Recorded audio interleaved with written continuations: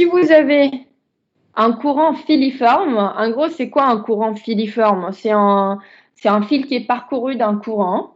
Et vous avez donc le point P qui appartient au fil et le point M où, comme d'habitude, vous calculez en fait la valeur de votre grandeur physique. J'ai besoin de ça pour définir la distance. Donc ici, c'est notre fil de longueur L. Ici, c'est notre DL déplacement. Et ici, en fait, on va calculer le champ magnétique. Donc, ce champ magnétique, il sera égal à quoi? Il sera égal à l'intégrale pour P qui appartient au fil de mu0i sur 4pi dl vecteur PM sur PM cube. Donc, ça, c'est la loi de Biot-Savart, où dl, en fait, est le déplacement infinitésimal le long de votre distribution. PM est la distance entre le point P en fait et le point où vous voulez calculer la grandeur physique à laquelle on s'intéresse, comme d'habitude. D'accord?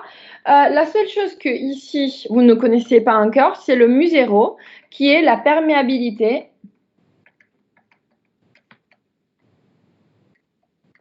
magnétique du vide. Donc, madame, il y a des messages dans le chat. Comment? Il y a des messages dans le chat. Il y a beaucoup de messages dans le chat. 2. Ok. Arthur, ok. Et Inès. C'est pas grave. Bon. Donc, Inès et Arthur. Allez. C'est très bien, comme ça, vous avez le temps de noter. C'est bon, Inès et Arthur, je vous note présent. C'est D de U, Victor, PM, c'est ça? C'est PM, ouais, le vecteur PM. Mais juste avant, c'est quoi? C'est DL. Attendez que okay. Ah, ok, DL, excusez-moi. DL, le déplacement. C'est le DL, là, en fait. C'est le déplacement infinitésimal. Okay. J'ai reçu des messages dans le chat. Ah, super, parfait. De toute façon, madame, ça, on va le réécrire en cours, du coup, j'imagine. Bien sûr. Et c'est quoi, physiquement, la différence entre le champ magnétique et le champ électrostatique? Le champ électrique, en fait, finalement, si tu veux vraiment parler des phénomènes réels, en réalité, on va le voir on va le voir en fait au deuxième semestre. À chaque fois que tu as un champ électrique, une onde électromagnétique, en fait, tu auras une partie électrique et une partie magnétique, d'accord? Mais si tu veux, la différence, c'est que quand tu as des charges électriques, tu génères un champ électrique, en fait. Quand tu as plutôt des courants, tu génères un champ magnétique. D'accord? Ok. Merci. De rien. Attendez, je vais prendre le chargeur de mon ordi qui est sous une pile de copies. Je reviens, désolée.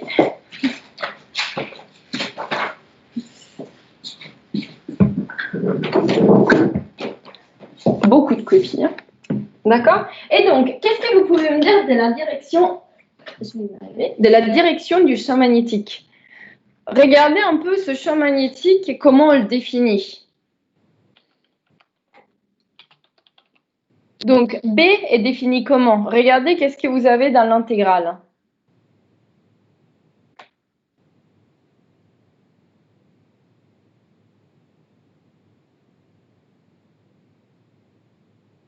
Comment on définit la direction? Qu'est-ce qui va vous aider à définir la direction de ce vecteur-là? Regardez dans votre intégrale. Le DL? Le produit vectoriel, en fait. Le produit vectoriel, oui. D'accord, vous êtes d'accord? Donc, si on regarde la loi de Biot et Savart, on se rend compte que B, donc la direction de B, est définie par le produit vectoriel DL vecteur PM. Est-ce que vous êtes d'accord? Donc, est-ce que vous savez comment on appelle un vecteur qui est défini en fait par un produit vectoriel? Est-ce que c'est un vecteur ou il faut mettre quelque chose ou c'est quelque chose d'autre?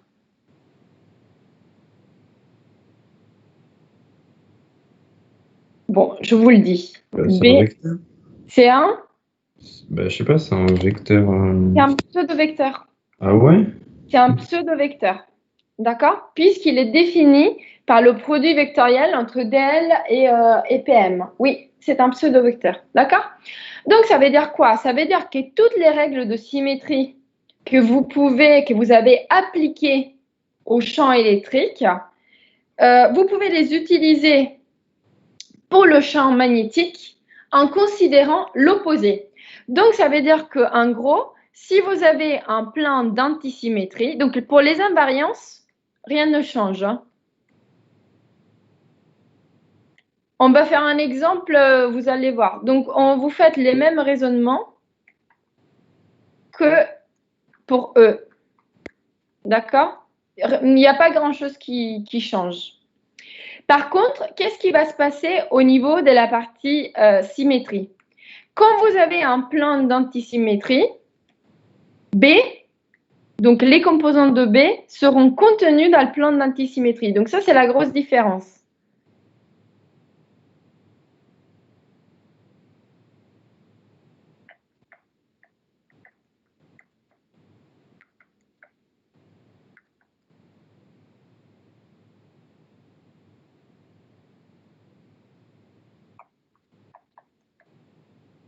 Et quand vous avez un plan de symétrie, quand vous avez un plan de symétrie, du coup, vous savez que B donc, sera orthogonal au plan de symétrie.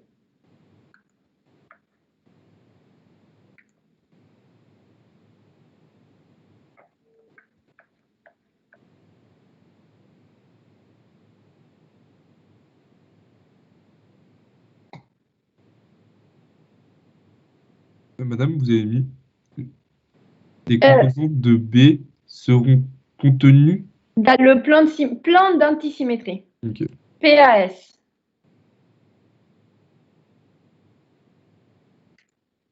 Après, on va le voir en cours dans le détail. Là, c'est vraiment pour qu'on puisse faire le TD. On va refaire symétrie invariance.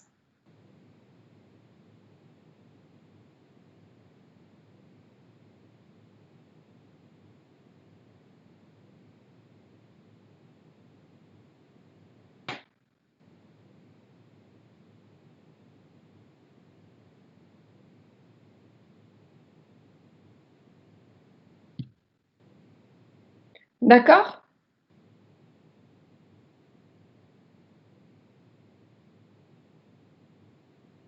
Est-ce que ça vous va? Pour l'instant. Est-ce qu'il y a des choses difficiles? C'est pas complètement clair, je crois, avec les plans d'antisymétrie. Parce que, du coup, il faut le voir. En gros, ce qu'il faut retenir, c'est que toutes les règles que tu appliques au plan de symétrie pour le champ électrique, tu vas en fait les considérer à l'inverse pour les champs magnétiques. Et donc, PS et PAS sont déterminés grâce à la direction du courant I. D'accord? Ok, d'accord, merci. D'accord? Donc, si pour les plans de symétrie, tu voulais dire par rapport à quoi on regarde le plan de symétrie antisymétrie, c'est la source entre guillemets, la source du plan de symétrie qui te posait problème? C'est ça? Ouais, c'est ça. Bah, de toute façon, on va faire un exemple. C'est beaucoup plus parlant quand vous le voyez. En gros, le courant I, vous voyez bien, quand on vous donne le courant I, bon, soit on ne vous donne pas de flèche et du coup, on vous laisse faire, mais si on vous donne une flèche, ce qui est le cas les 90% du temps, en fait, vous regardez les plans de symétrie et plans d'antisymétrie par rapport à la direction du courant I. D'accord? Et donc, j'ai une dernière chose à vous dire, c'est que le trièdre qui est formé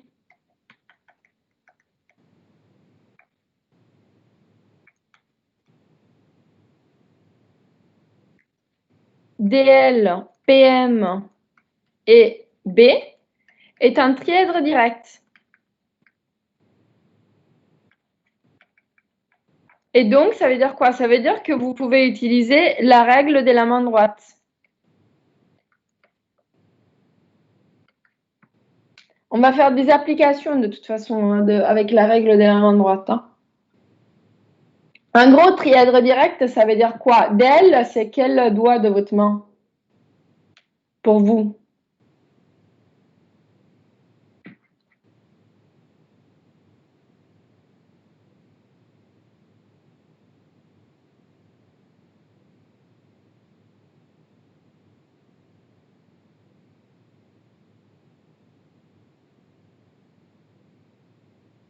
Bah, si vous appliquez la règle de la main droite,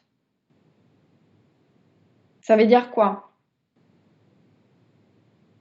Ça veut dire que Vous pouvez rappeler rapidement ce que c'est la règle de la main droite, s'il vous plaît? règle du tire-bouchon, ça vous parle ou pas? Ah, je crois que j'ai dû sauter ça dans le cours parce que ça me dit rien.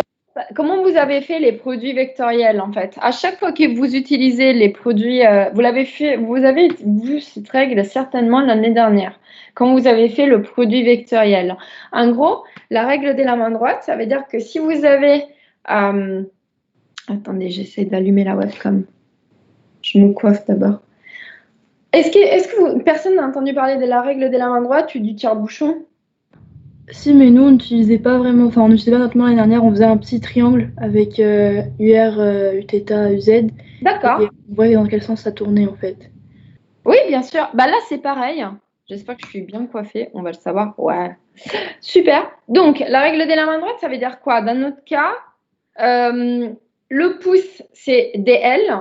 L'index, c'est PM. Et B sera en fait le vecteur résultant des deux.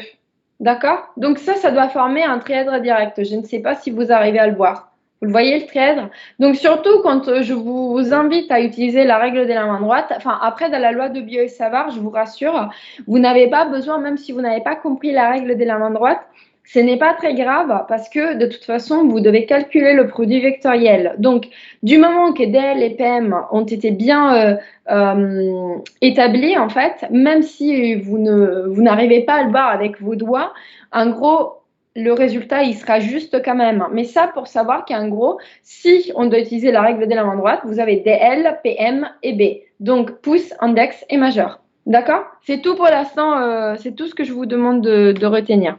Ça vous va? Ouais, ça nous va, merci madame. Ok.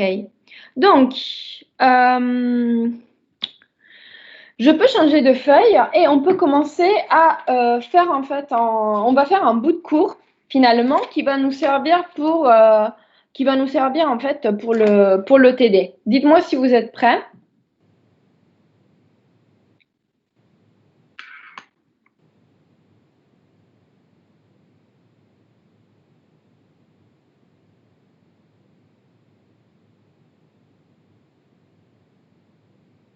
C'est bon madame. Ok. Donc, j'ai perdu mon curseur, vous le voyez? Ah oui, il est là. Je ne le voyais plus. Ok, donc on va faire le calcul du champ par méthode intégrale. Donc, cet exercice-là, il ressemble drôlement à ce qu'on a fait au tout début du premier semestre. Méthode intégrale. Donc, on l'avait fait en fait pour le champ électrique. Vous vous rappelez, quand on a calculé le champ élémentaire électrique, on est passé, le premier exemple en fait, c'était en fil, c'était une distribution linéaire de charge. Vous vous rappelez ou pas? On ne se rappelle plus. Si, le premier exemple du cours, c'était en fil chargé de densité linéaire de charge. Allez, ça je le fais en gris, juste pour distinguer. Du coup, vous avez en fil infini. Est-ce que c'est bon? J'ai encore besoin de ça. Ouais, je vais faire un petit bout ici. Et là, je crois que j'ai tout. Donc, on considère en fil infiniment ou en fil infini.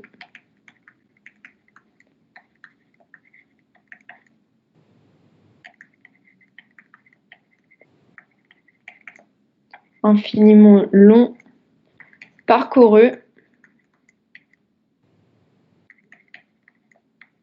par un courant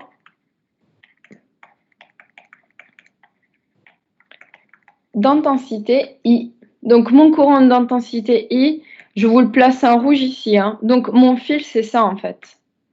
D'accord? Est-ce que j'ai bien sélectionné le rouge? Je ne vais pas le faire à côté, je vais le faire ici. D'accord? Même si je suis un peu à côté, c'est pour vous dire que je considère ça. Et le courant d'intensité I, je le place ici. D'accord?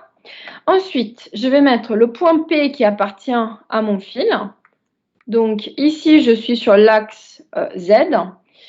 Ici, je vais dessiner le vecteur ER.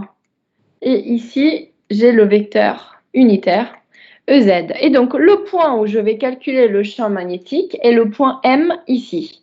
Ensuite, quelles sont les données du problème? Donc, les données du problème, c'est que la distance OP est égale à Z, la distance PM est égale à grand R, et la distance OM est égale à petit r. Donc, j'ai fait un schéma du problème. Quelles sont les coordonnées que je vais utiliser selon vous? Qu'est-ce que je vous ai dit par rapport à un fil infini?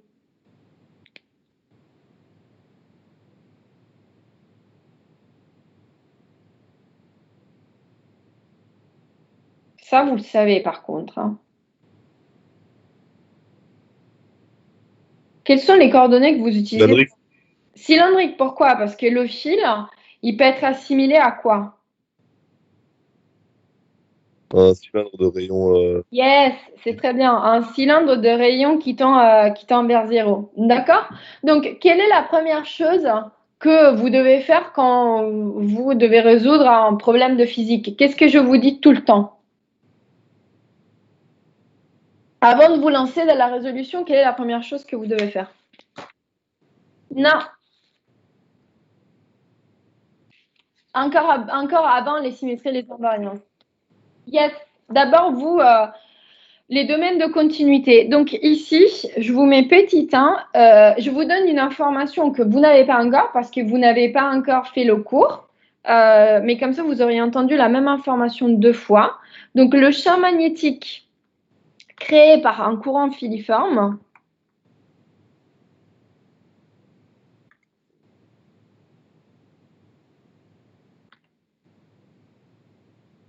est continu et défini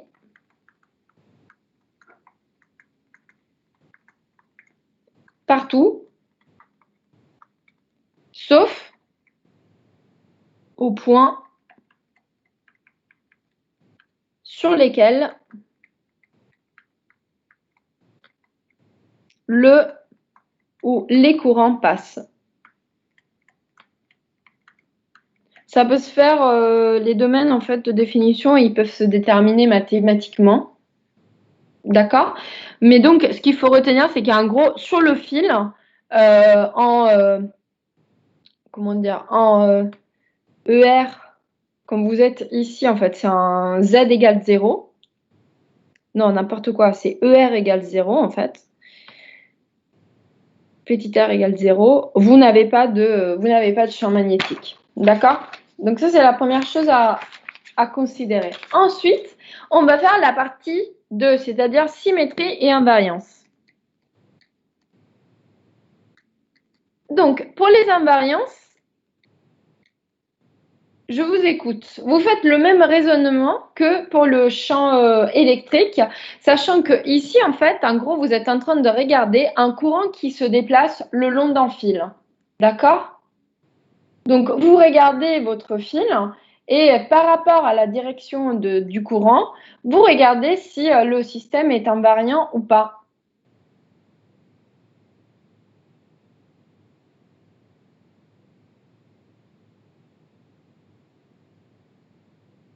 Qu'est-ce que vous pouvez me dire?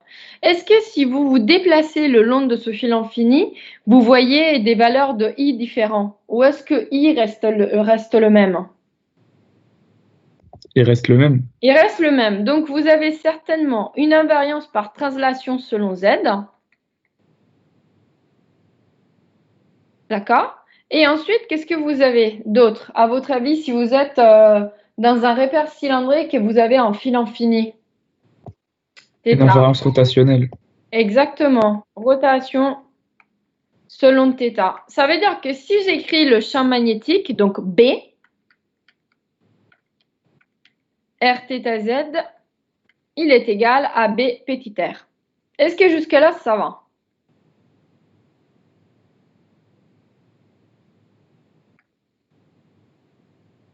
Ça va, madame, jusque-là. Ok. Donc, je vais essayer de copier. Mais du coup, madame, vous nous aviez pas dit que c'était l'inverse, fallait faire avec des plans Pour antisymétriques? les invariants, ça reste la même chose. Pour les invariants, c'est exactement pareil. Ça va changer pour les symétries. On va le voir maintenant. D'accord? Mais là, madame, dans le cas, dans ce cas-là, θ, Ouais. on le considère comme s'il était à l'intérieur du fil et qui. En fait, regarde, où est-ce qu'il est ton θ, à ton avis? Attends, je vais essayer de remonter. Ici, si tu regardes ton trièdre,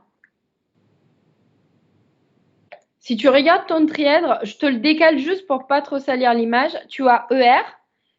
Eθ, il part dans le plan de la feuille orthogonale à celle-ci. Et tu as Ok. EZ qui est là. Tu es d'accord? Ok. OK? On va y aller de toute façon. On va regarder ça. Donc, j'essaie de faire un copier-coller.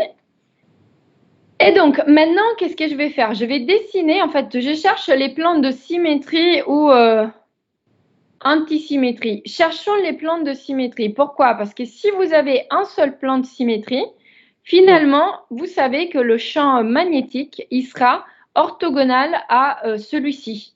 D'accord? Donc, PS, je rappelle, B est orthogonal au plan de symétrie. Donc, cherchons un plan de symétrie. Plan de symétrie, ça veut dire quoi? Ça veut dire que où que vous soyez dans ce plan de symétrie, la direction du courant doit rester toujours la même. Est-ce que quelqu'un a une idée?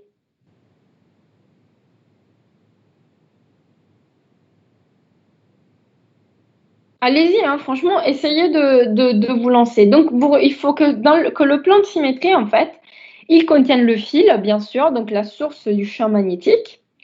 Et donc, en fonction de ce champ de symétrie, la direction du courant doit toujours être la même. ERZ. Ouais, vous êtes d'accord? Si Oui. je dessine le plan de symétrie, super. Bah, si vous arrivez déjà à voir ça, vous allez réussir sans problème ce chapitre. Donc, si je dessine ce plan de symétrie en bleu, en fait, je suis en train de considérer, en fait, je découpe mon fil grâce à ma feuille. Bon, il n'est pas très droit sur le côté, j'ai fait une sorte de figure bizarre, mais en gros, c'est celui-là. Donc, vous avez un côté parallèle à ER, un côté parallèle à EZ, il passe par M. Et effectivement, ce plan-là, sur ce plan-là, en fait, des deux côtés du plan, vous allez avoir que la direction du courant est la même. Le courant, il ira toujours vers le haut. Est-ce que c'est bon pour tout le monde, ça? Oui. Ok, cool. Donc, pour les plans d'antisymétrie, on va le voir au fur et à mesure. Je vous propose, comme on a déjà notre information, de utiliser en fait les plans de symétrie pour déterminer la direction de B. Donc, si le plan de symétrie il est selon ER et EZ, ça veut dire que B orthogonal à pi, et donc B, il sera parallèle à quel vecteur?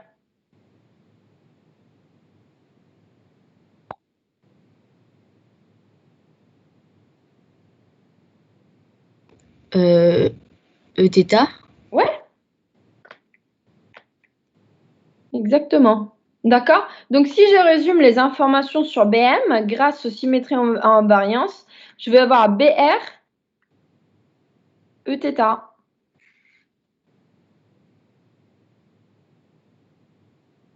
D'accord? Ah, madame, j'ai pas bien compris. Vous pouvez réexpliquer Ouais. Donc, le plan de symétrie? oui, oui.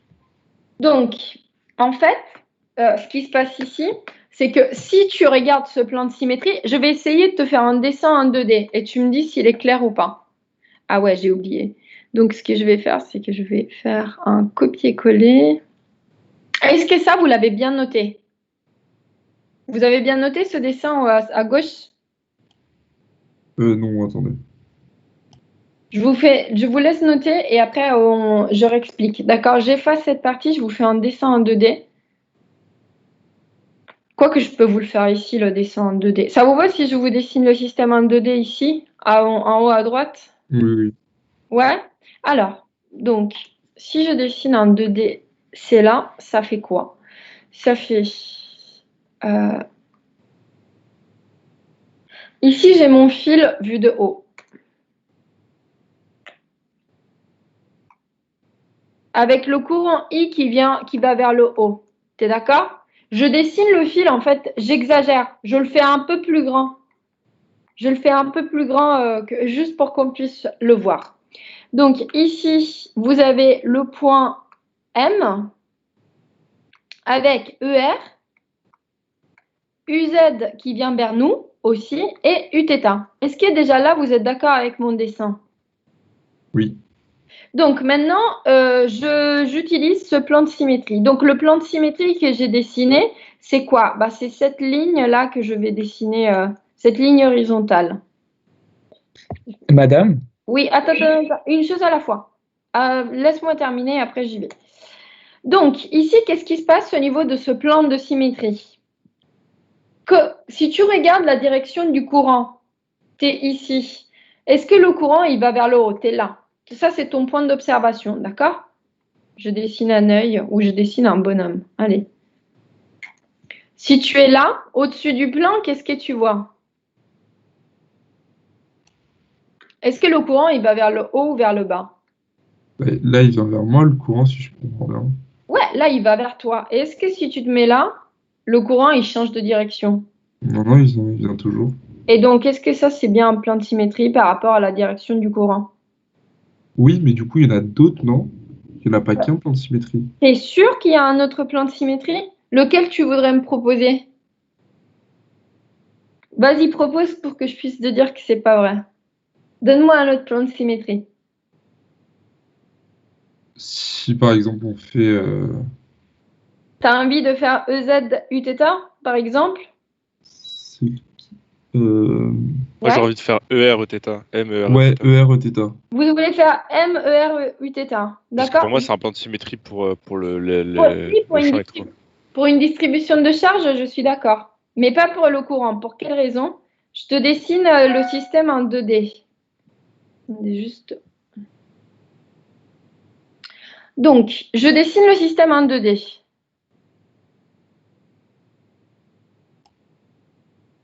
Ça, c'est Z, on est d'accord? Ça, c'est mon fil rouge, toujours. Là. Ah, c'était pas du tout ce que je voulais faire, hein, mais... Et donc, on a quoi? On a M qui va être ici. Ça vous va, même si c'est un peu en vrac, j'ai pas voulu effacer. Ici, vous avez ER, Eθ qui part derrière et UZ. Donc, vous voulez ce plan-là, si j'ai bien compris. Vous dites que ça, c'est un PS, un plan de symétrie. Ouais? Est-ce que c'est bien ça?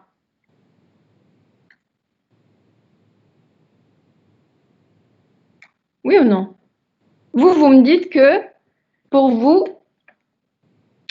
Ah oui, c'est ça. Oui, c'est lui. Ça, c'est un plan de symétrie pour vous. Du coup, si vous êtes ici ou là, le courant, il a toujours la même direction. Ah oui, il monte vers le haut. Donc, je te conseille, ici, on se place ici. Ton bonhomme, il est là, maintenant. D'accord? Tu regardes vers le haut. T'imagines que plutôt, tu es vraiment ici.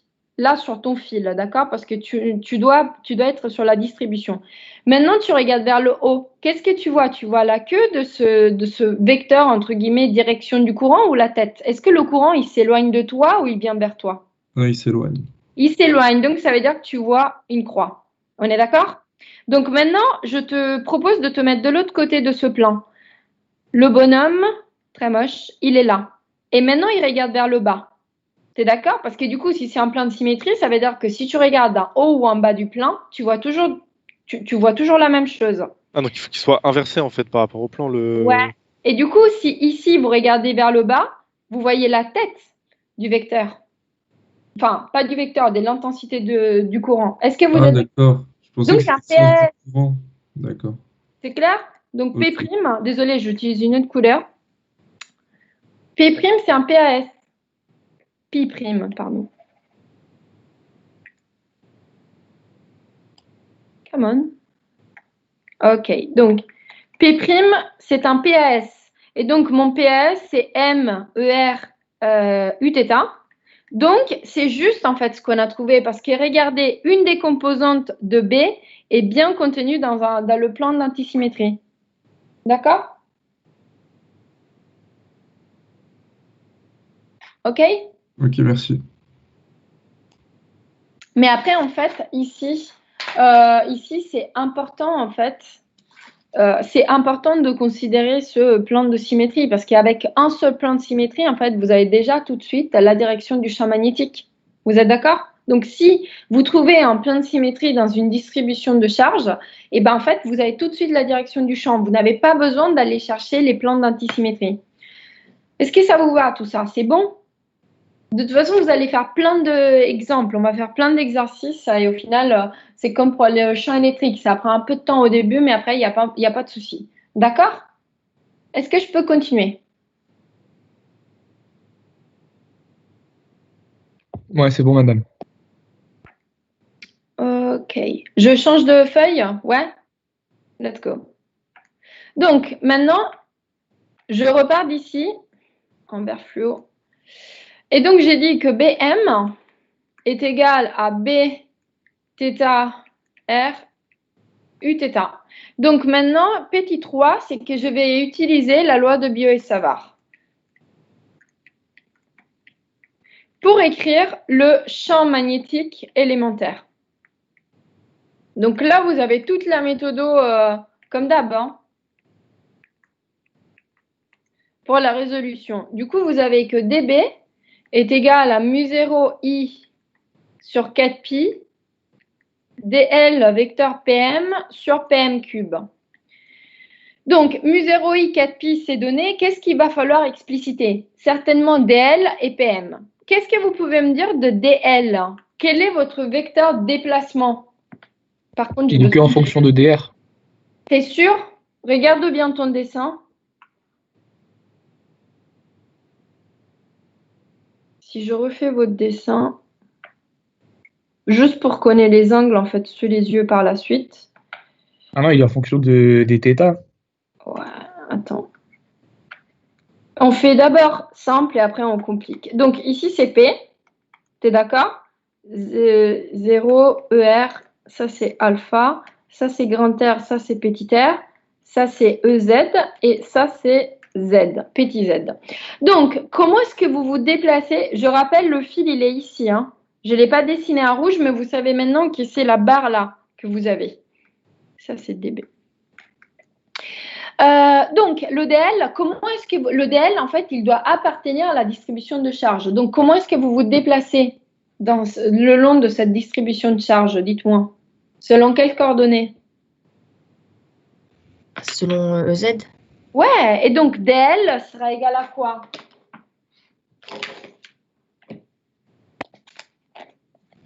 Si RDR dθ?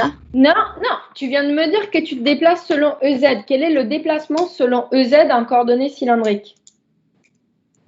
Le déplacement infinitésimal en coordonnées cylindriques.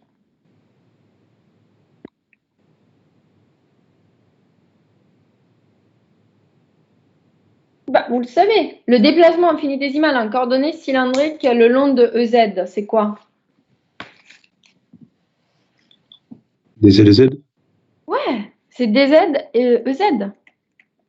On est d'accord? DL, c'est ça. Hein. Ce déplacement-là, c'est les petits bouts de fil en fait que vous mettez à côté pour ensuite intégrer, avoir la totalité du fil. C'est comme pour la densité linéique de charge, c'est le même raisonnement. Ok, donc maintenant on va expliciter PM. Donc si je réécris la formule de Biot et Savart, 4pi de Z. Donc, j'aurai 2Z, EZ, vecteur PM sur PM cube. Et donc, maintenant, qu'est-ce que je vais faire? En fait, je vais essayer d'expliciter le vecteur PM. Qu'est-ce que vous pouvez me dire du vecteur PM? Comment est-ce que vous pouvez parcourir la distance PM? Moins. Comme au premier semestre. Ouais. Ouais, c'est pareil. Quand Donc, au début de l'année, quoi. ouais, c'est exactement la même chose. Donc, vous avez moins P0 plus OM, PO plus OM. C'est ça, exactement. Désolée, je vais détailler. Donc, vous avez PO plus OM.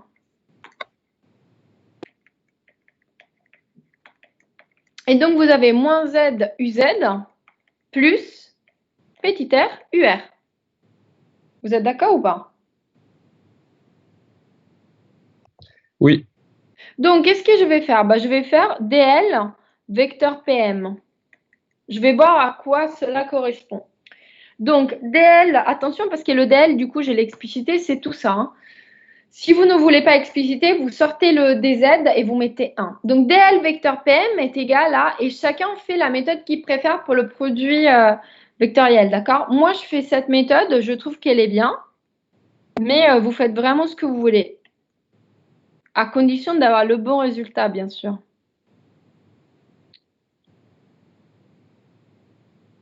Désolée, j'ai une main qui tremble. Donc ici, j'ai 0, 0, R et 0. Et donc, comment je fais? Je ne sais pas si vous avez déjà utilisé cette méthode. Moi, je barre la première ligne et après, en fait, je soustrais les deux diagonales. Donc, je vais avoir 0 ER plus, je barre la deuxième ligne. Je le fais en couleur, comme ça, vous voyez ce que j'ai fait. J'ai un RDZ qui apparaît.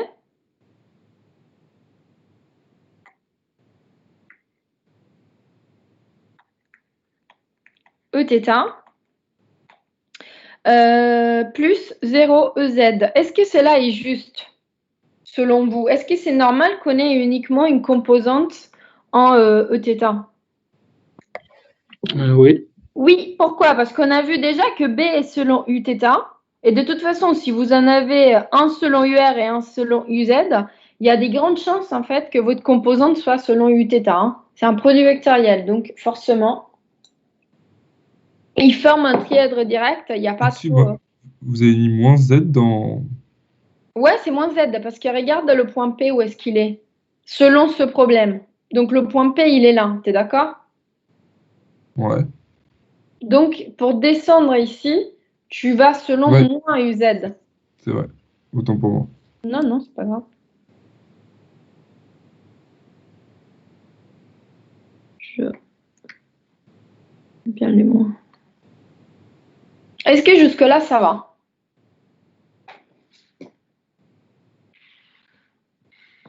Ça va, madame.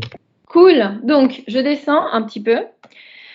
Qu'est-ce qu'on va faire d'autre? Exactement les mêmes choses qu'on a fait au premier semestre. Alors là, il n'y a aucune différence. On va dire que cos alpha, en fonction des données des exercices, c'est donné par quoi? Dites-moi.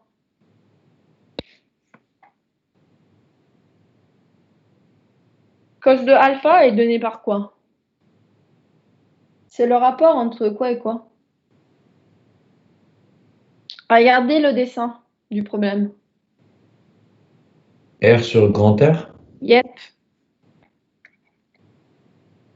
En gros, qu'est-ce qu'on cherche à faire? Est-ce que vous vous rappelez quelle était la démarche? Et si vous regardez bien, ça c'est R sur PM, hein, d'accord? Selon les données de l'exercice. Et donc, qu'est-ce qu'on sait? On sait que grand R est égal en fait à petit r cos alpha. Est-ce que vous vous rappelez en quoi on avait transformé en fait ce dz? Quel était le changement de variable qu'on avait opéré, qu'on va voir dans le détail demain dans le cours? Il manque quelques passages.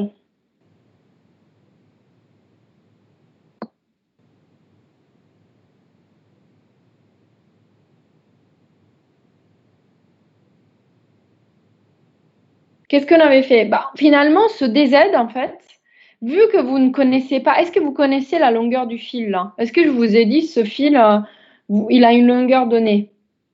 Non, c'est un fil infini. Donc, comment est-ce qu'on avait abordé le fil infini? Qu'est-ce qu'on avait intégré? Vous vous rappelez? Non, non, non, non, non. Là, rien à voir avec le cylindre de Gauss. Ça, c'est pour l'électrostatique. Gauss, c'est uniquement quand vous avez des charges. Ici, vous avez des courants. Donc, Gauss, vous oubliez.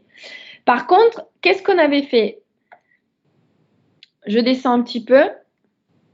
Donc, si je reprends, en fait, la variable Z,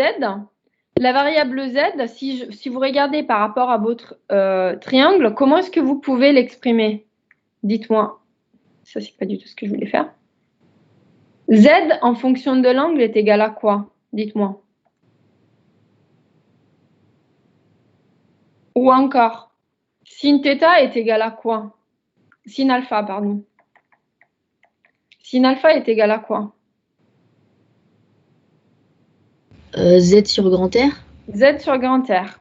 Mais on a dit que grand R est égal à petit r sur cos alpha. Donc, on aura Z sur petit r. Z sur petit r cos alpha. Vous êtes d'accord? Et donc, ça veut dire que Z est égal à quoi? Attendez que je me perds. Si θ est égal... Je crois que le cos alpha, il est au-dessus. Ouais, vous avez raison, il est au-dessus. C'est R cos alpha. J'avais bien commencé, en fait. Z cos alpha. Et donc, Z sera égal à quoi? Bah, Z, il sera égal à R sin alpha sur cos alpha. Mais sin alpha sur cos alpha est égal à quoi? Tangente d'alpha. Tangente alpha. Vous êtes d'accord? Où est-ce que ça revient un petit peu? Vous vous rappelez de ce truc? On l'a fait au tout début de l'année. Et donc, nous, ce qu'on va faire, c'est qu'on va exprimer dz R fois tangente alpha. Je vous propose de vous donner déjà le résultat du champ élémentaire avec ces changements de variables. On va revoir les passages demain en cours, rapidement. Et donc, je vous dis que dz, finalement, il sera égal à R sur cos carré alpha, d alpha, d'accord? Et que dB, après tout cela, sera égal à mu0i cos alpha sur 4 pi petit r d alpha, j'espère ne rien avoir oublié, non c'est bon, d alpha Eθ. Adam, vous faites ça pour calculer PM? On fait, non, PM, tu l'as calculé, PM, tu le connais, il est égal à grand R en fait. Donc, Mais là, ce que tu veux faire, le problème, enfin, quel est ton problème ici? C'est que tu as un fil infini, d'accord? Donc, tu as un fil infini et tu veux trouver un moyen de balayer toute la longueur du fil, sachant que tu ne peux pas fixer de longueur donnée. Tu ne peux pas dire, ah oui, je m'intéresse uniquement à cette section du fil de longueur grand L, parce que c'est faux. Du coup, tu te mets dans un cas particulier. Est-ce qu'on est d'accord jusque-là? oui. Donc là, en fait, si tu veux, tu as une contrainte qui est, en fait, je n'ai pas de longueur donnée. Donc, si j'intègre des Z, comme le fil il est infini, et, à un moment, ça va bloquer. C'est pas bon. D'accord? Donc, toi, ce que tu vas faire, c'est que tu vas exprimer Z en fonction d'un paramètre qui, lui, il sera intégrable, en fait, et qui te permet de considérer la totalité de ton fil. D'accord? Et donc, ce paramètre, c'est quoi? C'est alpha. Pourquoi? Parce que tu sais que pour un fil infini, alpha, tu vas l'intégrer entre quoi et quoi? Comment tu fais si tu as ce fil-là? Je refais le dessin, je le refais plein de fois. Si tu as ce fil-là, tu es d'accord? Ça, c'est notre fil.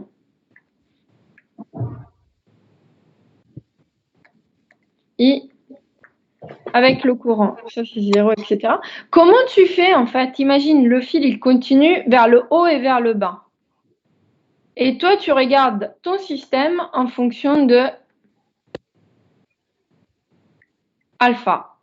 Combien il vaut alpha pour balayer la totalité du fil? Imagine d'être ici au pied du fil, d'accord? Et de vouloir regarder en haut.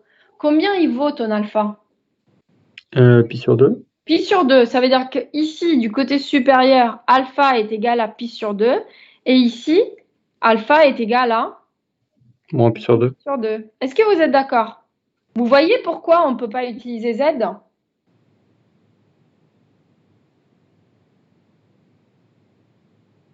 C'est en fil infini, hein. D'accord? Ça va ou pas? On l'a déjà fait, hein. Je peux continuer? Et moi, j'ai une question, madame. Vas-y. Vous avez écrit que DZ vaut quoi? DZ vaut R sur cos carré alpha, Non, au-dessus, à droite. Vous avez R écrit. tangente alpha. Ah, ok. Bah, Parce qu'il y a un signe sur cos. et vous avez écrit que Z égale R tangente alpha et que DZ égale R tangente alpha? R D tangente alpha. T'as raison. Tu as raison. J'étais déjà sur la suite. De toute façon, on va le refaire demain. J'aurais pu vous donner juste la formule. Ok. Et après, D tangente alpha, vous savez que vous avez les deux types de dérivés. Pour dérivée de tangente alpha, soit vous avez 1 plus tangente au carré, soit vous avez 1 sur cos au carré d alpha. D'accord? Donc, j'aurai finalement ce dB là, et donc B, il sera égal à quoi? À l'intégrale entre alpha moins pi demi et alpha égale à pi demi de mu 0 i sur 4 pi petit r cos alpha d alpha e θ, ce qui fait que pour un fil infini, le champ magnétique vaut mu 0 i sur 2 pi petit r e θ. D'accord?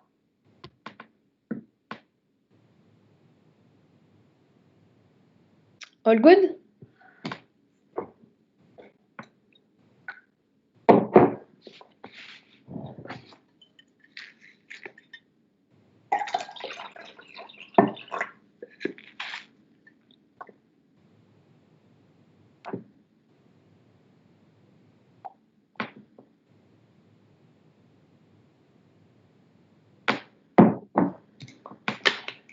Ça va tout ça? Et comment est-ce qu'on savait que des Z fallait dériver en fonction d'alpha? Bah, en fait, c'est pas que tu le dérives en fonction d'alpha, c'est que Z, il est exprimé en fonction de la variable alpha. T'es d'accord? Ouais. Et donc, ça veut dire que toi, petit r, en fait, ici, dans cet exercice, tu le considères constant parce que tu sais que le point M, il est à distance petit r. D'accord? Petit r est donné. Donc, la seule variable selon laquelle tu peux faire varier Z, en gros, ici, regarde. Je vais essayer de te montrer. Ici, si tu veux te déplacer sur le fil, rien ne t'empêche, en fait, de te déplacer en utilisant alpha. Tu arrives à le voir? Ah oui. T'es d'accord? Donc, ça veut dire que ta position, en fait, sur ton fil, elle peut trinquer. Certes, elle est donnée en fonction de dz, mais ton dz, en fait, il varie en fonction de alpha.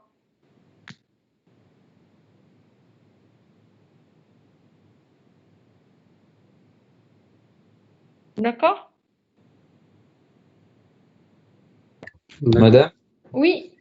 quand vous écrivez dz est égal à r sur cos carré alpha, d Ouais. alpha, et après donc vous incrustez le dz dans l'expression de dB, Ouais. mais Ouais. du coup il n'y a plus de cos au carré. Non, parce que quand tu as PM, en fait, Ah PM oui. est égal à grand R. PM, en fait, est égal à grand R. Donc, tu as petit r cos alpha. Ok. Donc, normalement, Ça vient enlever un cos alpha. Ok. ouais. D'accord. On va le faire demain, de toute façon, d'accord? C'est pas grave. Là, si vous allez avoir tous les passages, on va le faire demain. Moi, c'est dont j'avais besoin, en fait. Je n'avais pas envie de vous donner juste la formule. Moi, je voulais que vous l'ayez vu une première fois avant d'aller en cours.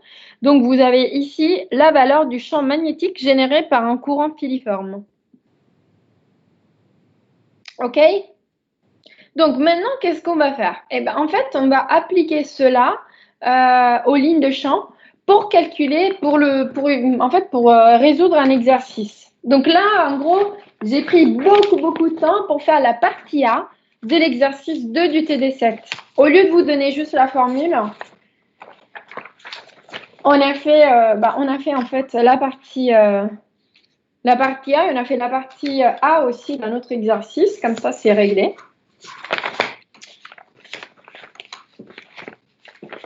Et donc maintenant, qu'est-ce qu'on va faire? Eh ben, on va appliquer en fait nos connaissances à un problème de physique. Juste, je vais rallumer ma webcam pour vous faire remarquer quelque chose. Ayez bien le fil sous les yeux pendant que j'allume la webcam et écoutez-moi attentivement. Est-ce que vous avez eu le temps de tout noter? Pas encore. Ok. La dernière ligne. Faites-moi signe et comme ça j'allume la webcam au moment donné pour vous dire ce qu'il faut faire.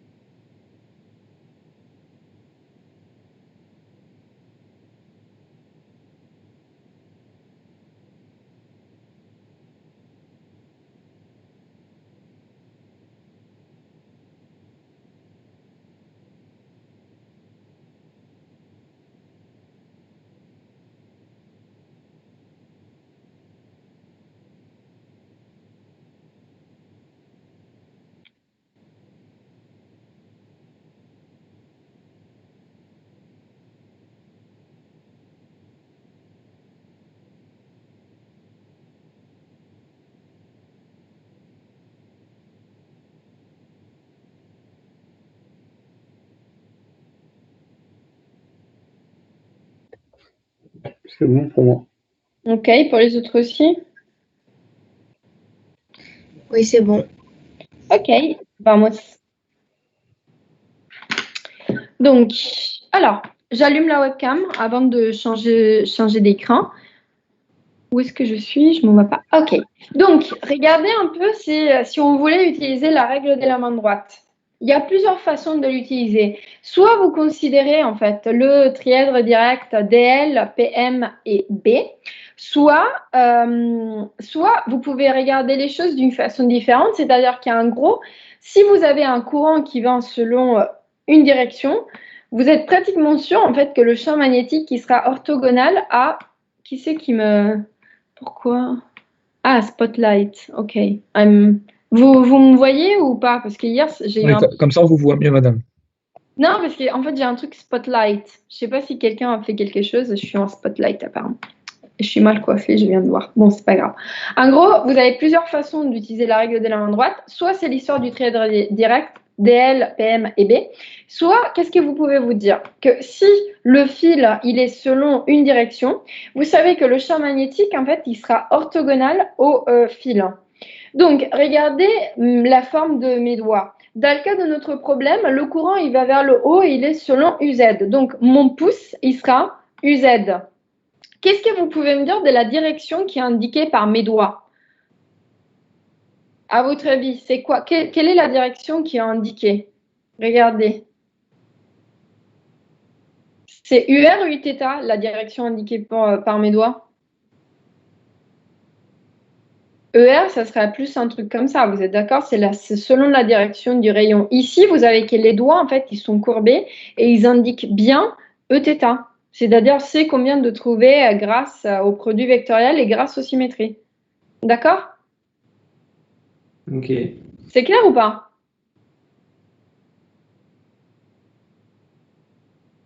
En fait, c'est une méthode. C'est une méthode pour visualiser dans l'espace les lignes de champ du champ magnétique. Donc, pour les lignes de champ du champ électrique, on en a fait quelques-unes. Pour le champ magnétique, grâce à la règle de la main droite, vous pouvez les visualiser directement. Ça veut dire qu'à chaque fois que vous avez un fil, votre ligne de champ, elles seront selon Uθ. Si le courant il va dans l'autre sens, vous n'avez à faire rien d'autre que retourner votre main droite. Et du coup, vos lignes de champ elles seront plutôt selon moins Uθ. D'accord? Après, ça dépend comment vous dessinez votre repère orthonormé. Mais vous êtes d'accord que ici, les lignes de champ, en fait, les doigts pointent vers moins. Ici, pareil, mais dans l'autre sens. D'accord? C'est clair ou pas? Plus ou moins. Plus ou moins, mais ça va. Ça va? On va faire une application pratique. D'accord? Je vous encourage à regarder, à refaire le dessin en grand de l'exo 2. Et après, on va faire la partie 2. D'accord? Je coupe la webcam. Et je me remets sur mon tableau blanc. Est-ce que je peux changer de page? Ouais? Je peux? Ouais, c'est bon, allez-y. Oui.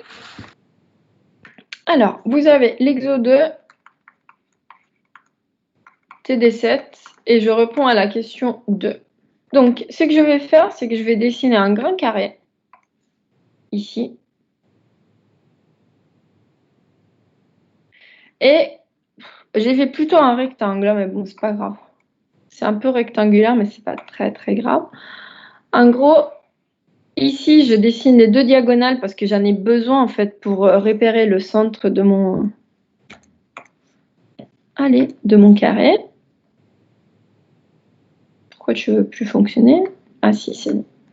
Oh, et donc je vais dessiner les fils. Donc regardez un petit peu comment je dessine. Donc ça c'est 2B, 2B. Madame, Oui. moi personnellement, je vois plus votre tableau là. Est-ce que je suis encore en Si, spotlight? ouais, ça fonctionne. Faut que tu cliques Non, c'est dessus, bon. je pense en bas. C'est bon ou pas? Là, y a plus rien. Ah non, là, Du vous coup, l'avez là, enlevé. Là. il a disparu. C'est bon? Ah, là, c'est Ah, bon. c'est bon, je le revois. Ah, Merci. ok, super. Ouais, parfois il le fait après le spotlight en fait. Je ne sais pas pourquoi. Donc, je vais dessiner les fils avec 4 couleurs différentes. Pourquoi? Parce que comme ça, on va faire un peu comme l'exercice des différents plans qu'on avait fait en électrostatique. Donc ça, c'est le fil 1. En rouge, je vais dessiner le fil 2. En vert, le fil 3. Et en bleu plutôt. Et en vert,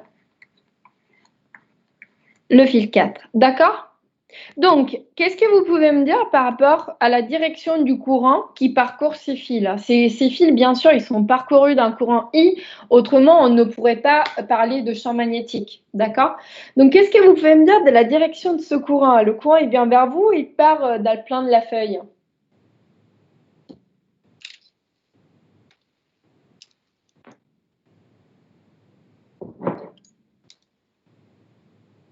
Il va où ce courant?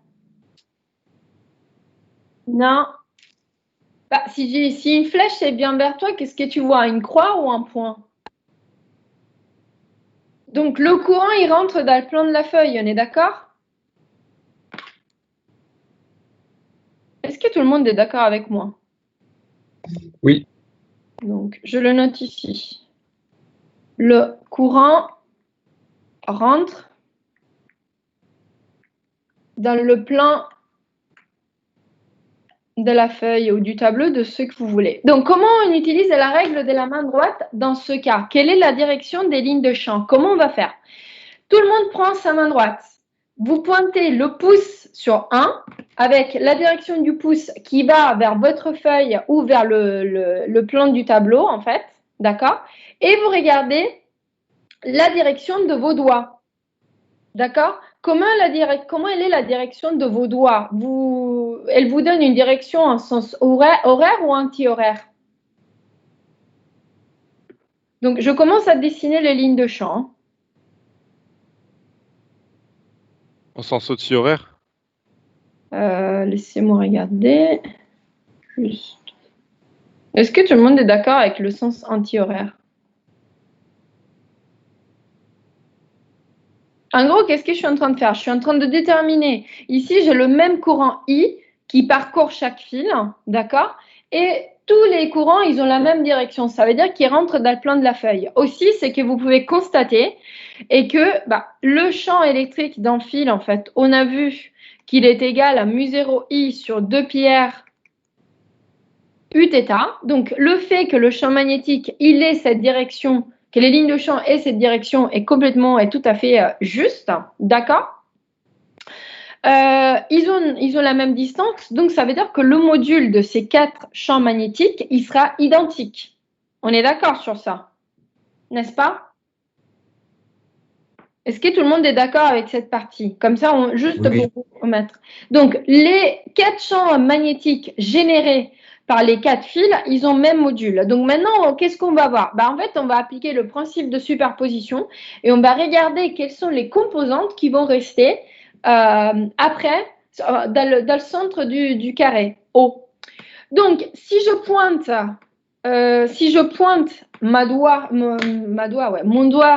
mon pouce vers le plan de la feuille, je ne sais pas comment vous le faire en fait, en direction. Attendez, je vais faire ça. J'avais une feuille où je l'avais fait déjà hier, mais je vais le refaire ici. Vous me dites si c'est lisible pour vous.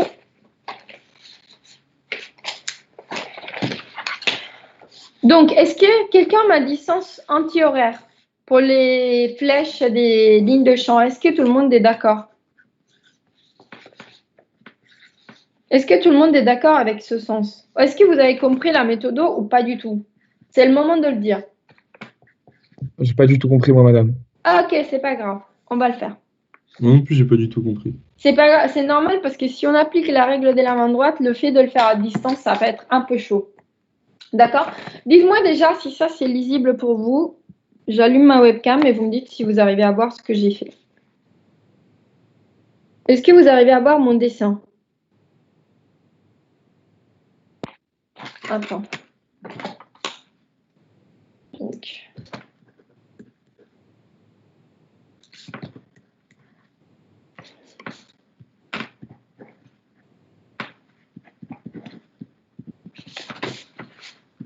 Outil pédagogique du moment. Ok, donc est-ce que là ça va mieux? Ouais, c'est bon, madame.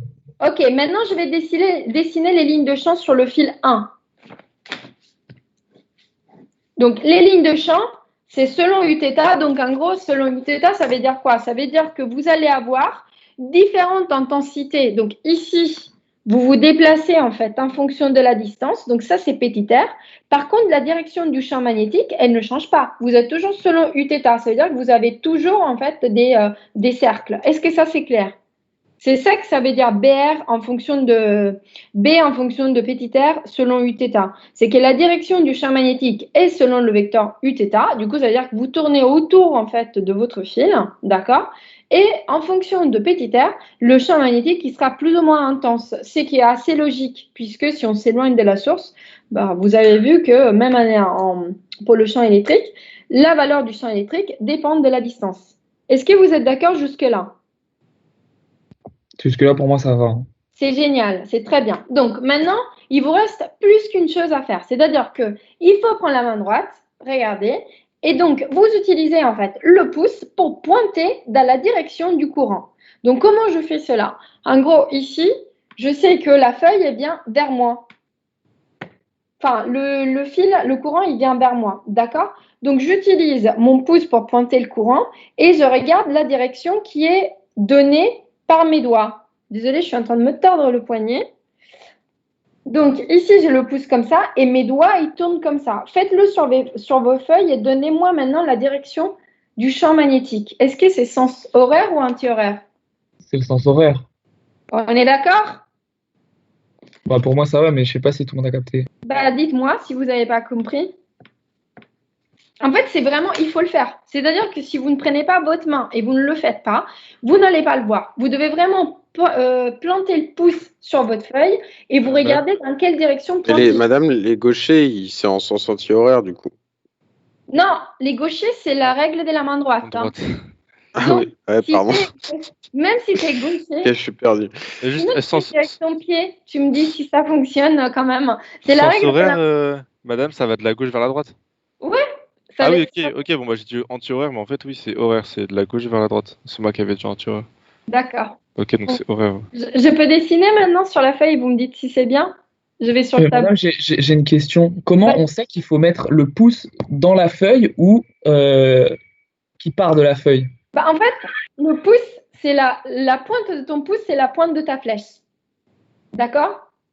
C'est d'accord? Ça, c'est, en fait, le pouce, c'est ton courant. Donc, si le courant il vient vers toi, tu vois une pointe. Tu vois un point. Tu es d'accord? Tu vois la pointe de ton vecteur vecteur, entre guillemets, de l'intensité de courant, de la flèche de l'intensité de courant. Du coup, tu vois un point qui vient vers toi. Par contre, si tu vois en fait une croix, bah, du coup, ça veut dire que, là, c'est à l'inverse dans le cas de ce problème. Si tu vois une croix, ça veut dire que la pointe, elle s'éloigne de toi. D'accord? Ok, d'accord, c'est plus La clair. pointe, si elle vient vers toi, tu vois un point. Si elle s'éloigne de toi, tu vois une croix. Donc là, tu as des croix. Tu sais que le courant, il s'éloigne de toi. Il bat perpendiculairement dans le plan de la feuille. D'accord? D'accord, merci. Ok, on essaie de les dessiner sur... De toute façon, il faut le faire pour les 4 fils, donc vous allez pratiquer. Je peux couper la webcam? Ouais.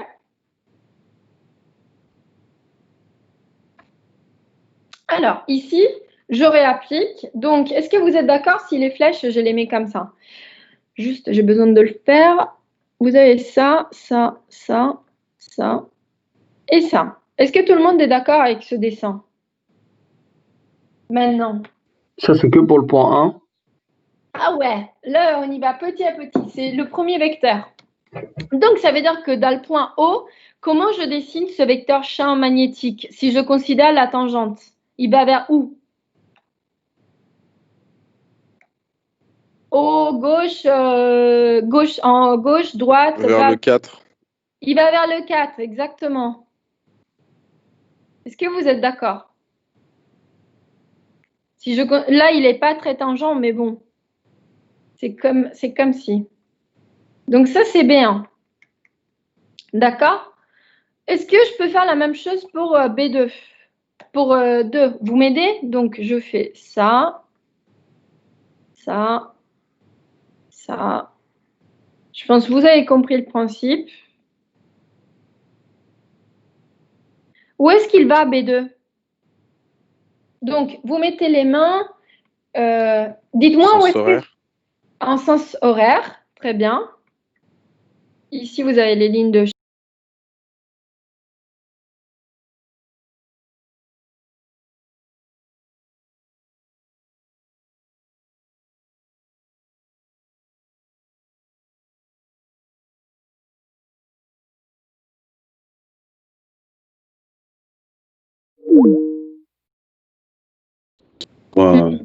Ah oui. Allez, mais coiffe-toi et allume ta webcam.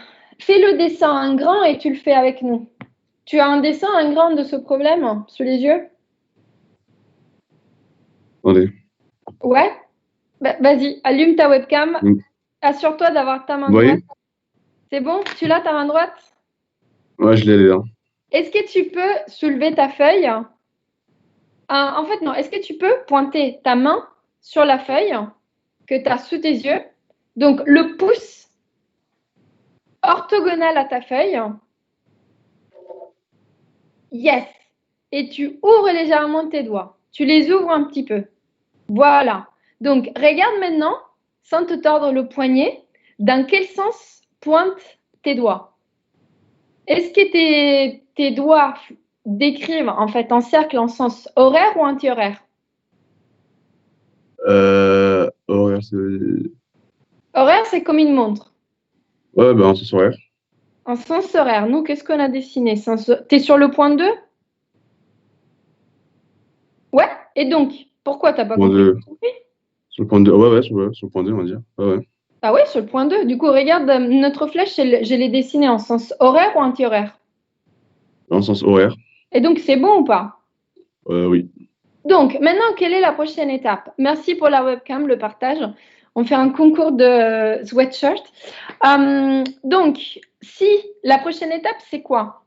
C'est que tu vas te placer, en fait, tu vas considérer la ligne de champ qui passe par le point O. D'accord? Et donc, qu'est-ce que tu auras? Tu auras une ligne de champ qui passe par le point O et qui est donc orientée en sens horaire. Donc, la tangente, elle va vers où? C'était Abel qui avait allumé sa webcam?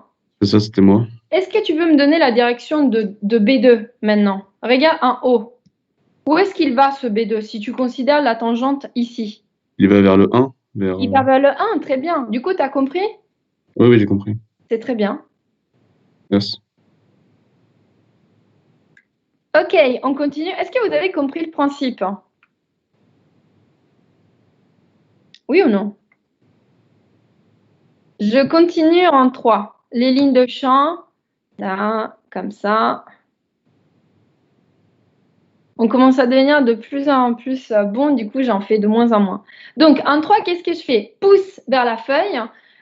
Sens horaire ou anti-horaire? Sens horaire aussi. Toujours, sens horaire. En fait, c'est toujours la même chose, hein, mais je voulais que vous le voyiez. Et donc, où est-ce qu'il va, B3? Vers B, vers 2 du coup. Yes.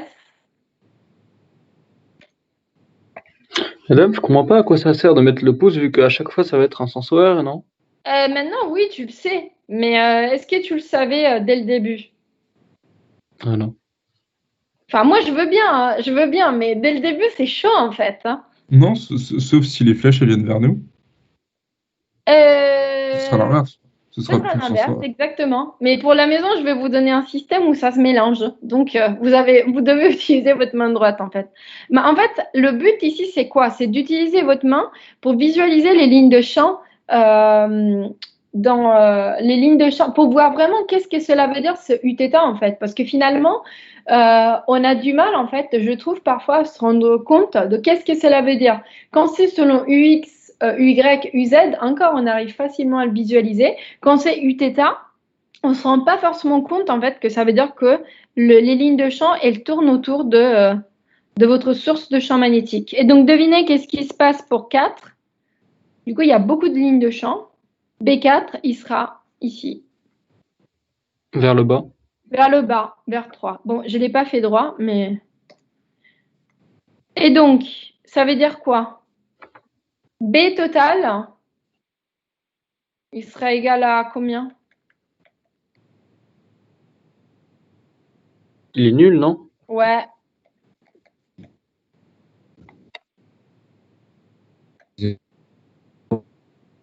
Je vous l'écris ici. Est égal à 0. Faites les projections. Hein. Si vous faites les projections, vous vous rendez compte que ici, vous avez une projection vers le haut, une projection vers ici, vers là et vers là. Et donc, dans le point O, B est égal à 0. D'accord?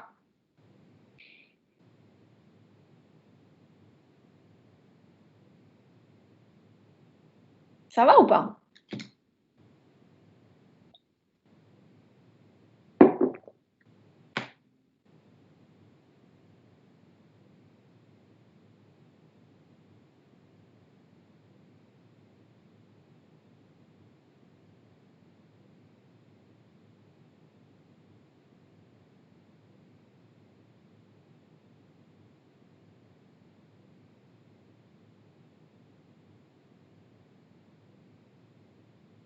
Est-ce que c'est bon pour vous?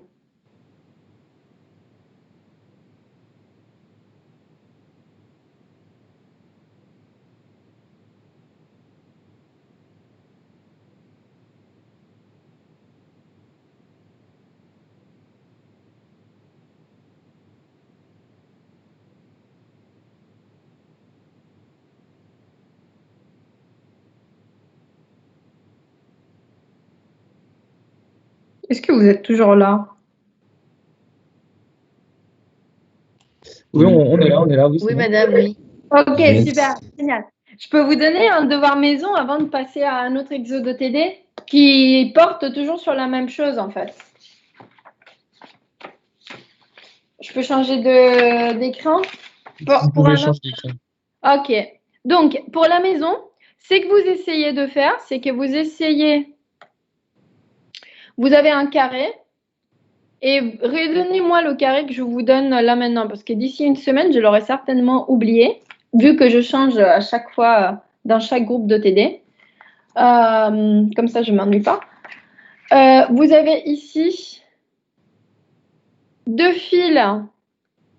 Donc, c'est la même chose que tout à l'heure. Vous avez 2B, 2B. C'est exactement le même problème que tout à l'heure. Vous cherchez le champ à haut. Vous avez 2 fils avec le courant qui est comme ça. Et 2 fils, en fait, avec le courant qui vient vers vous. On peut même le faire à la fin du TD s'il nous reste du temps après le prochain exo, d'accord? Donc, si il nous reste du temps... Madame, Ouais. Ça ressemble vachement à l'exercice 1 du DS, non? Bah ouais, parce que rien ne vous empêche de mettre des fils ou des charges ponctuelles dans les coins d'un carré, hein. Une fois, vous avez une source de champ électrique, une fois, vous avez une source de champ magnétique. Ok, D'accord. ok. Après, ça n'a rien à voir, hein. Pour l'instant, on ne sait pas encore, vous ne savez pas encore calculer le champ magnétique si vous avez un champ électrique. Ça, c'est le semestre 2. Ce sont les équations de Maxwell. Donc, pour l'instant, vous séparez bien les choses. Vous avez des charges, champ électrique, vous avez des courants, champ magnétique. Donc, pour l'instant, c'est séparé. D'accord? Donc. Ah, je viens de voir un truc en plus. Je me suis rendu compte d'un truc du TD qui n'a rien à voir avec ce que je vous dis là, mais c'est pas grave, c'est pour moi. Donc, la partie A de l'exo 4, on passe. Ça, vous avez noté pour la prochaine fois ou pour la fin du TD? C'est bon? C'est noté. Ok, ça c'est votre DM. Donc, allez, vous le faites, c'est important, ça vous fait, comme ça vous pratiquez. Donc, exo 4, on va regarder la partie B.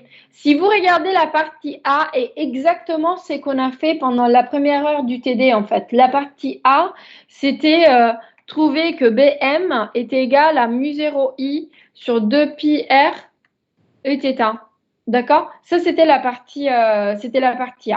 Donc, dans la partie B, qu'est-ce qu'on va faire? Eh ben, en fait, on va considérer 4 fils.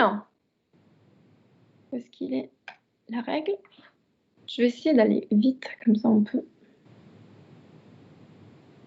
Donc, vous avez 4 fils, comme ça.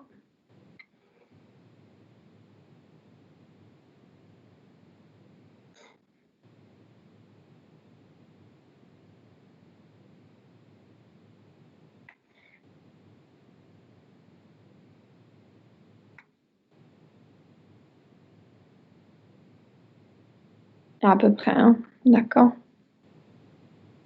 Quoique ici, c'est pas. Si, c'est 45 degrés. C'est pareil, de toute façon, on va le voir en 2D. Donc, vous avez 4 fils comme ça.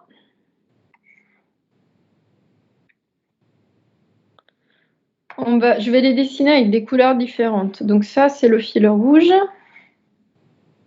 Ici, j'ai le fil. Il faut que je décale un petit peu pour avoir les mêmes. Ici, je vais dessiner le fil vert.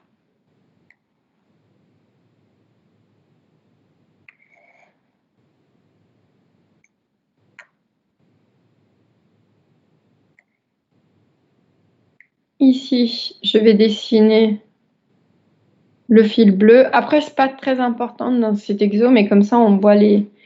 Quand je vais dessiner en 2D, vous allez comprendre.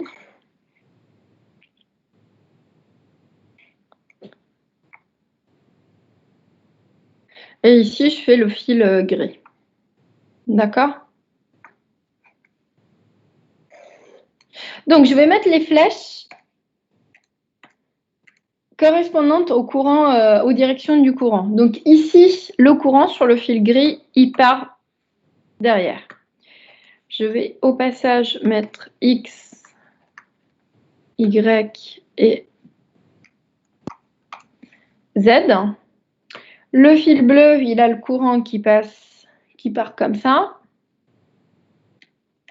Le fil vert, il a le courant qui part comme ça. Et le fil rouge, il a le courant qui part comme ça. Ils sont tous à la même distance, Y égale à A. Et moins A. Enfin, X et Y égale à plus A moins A. Donc, qu'est-ce qu'on va faire? Ici, on vous demande de faire un schéma des différents champs magnétiques créés en petit m. Pourquoi? Parce que ici, le M, c'est pas un petit m, c'est M tout court, il est sur l'axe Z. Donc, comment on va faire cela? On va dessiner notre système en 2D. Est-ce que vous voulez 3 minutes de temps pour essayer de dessiner votre système en 2D? Ouais. Avec les bons sens du courant. Allez, je vous laisse jusqu'à 10h, 10h04. Je vous laisse 3 minutes.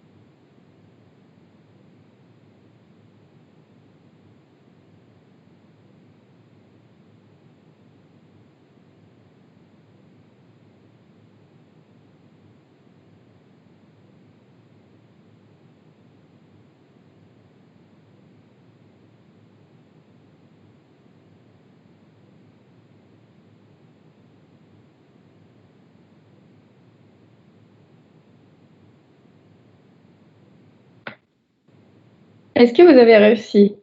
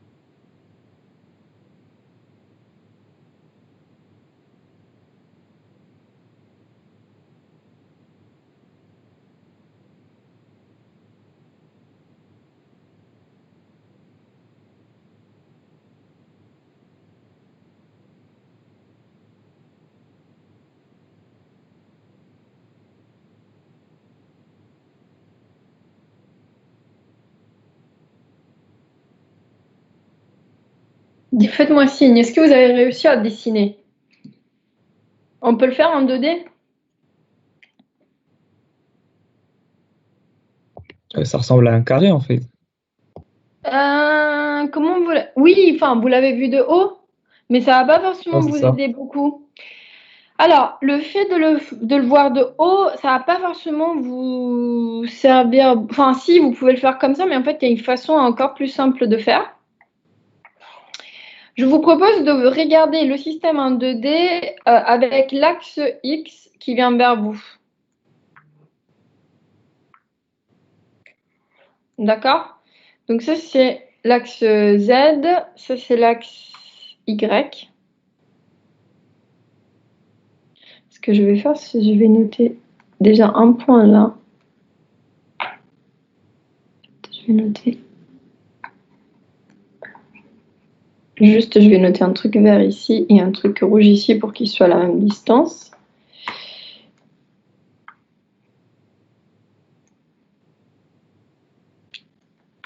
D'accord? Donc ça, c'est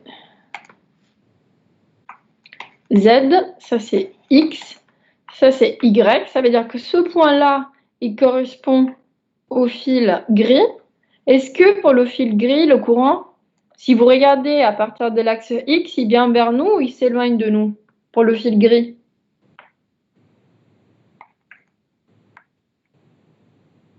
Le fil gris, qu'est-ce que vous voyez là? Une croix ou un point? Si l'axe X, il vient vers vous. Regardez, vous êtes là. Hein. Vous regardez votre système, vous vous mettez, placez-vous, votre bonhomme, il est là. Il est placé On devant voit un l'axe. point. Ouais, on voit un point. Et pour l'axe et pour le fil gris, Aussi un point.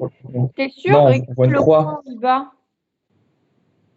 Est-ce que vous êtes d'accord? Comme le fil gris s'éloigne de nous, on va voir ses fesses, entre guillemets, du coup on va voir une croix. Ouais, tu vas voir ses fesses, ouais. Donc tu vas voir une croix. Donc, j'attire votre attention sur quelque chose d'intéressant. Est-ce que vous voyez la même chose si vous vous mettez du côté de Y? Si on remplace X par Y, ici, on va voir un vecteur, enfin, l'intensité de courant qui vient vers vous. Ici, on va voir l'intensité de courant qui s'éloigne de nous. Donc, même si vous mettez dans le cas 2D en Y, ça revient exactement au même. Hein. D'accord? Donc, je vais juste utiliser ça. Le gris clair pour les... c'est pas du tout ce que je voulais. Pour les projections. Et donc, qu'est-ce qu'on aura? On aura un fil. Rappelez-vous que les lignes de champ, si je dessine en fait les lignes de champ dans le point M, qu'est-ce que j'aurai? J'aurai le courant qui vient vers nous. D'accord? Donc, placez votre pouce sur le point vert avec le pouce qui vient vers vous. Est-ce que vous y êtes? Est-ce que les lignes de champ, le champ magnétique, il tourne en sens horaire ou anti-horaire?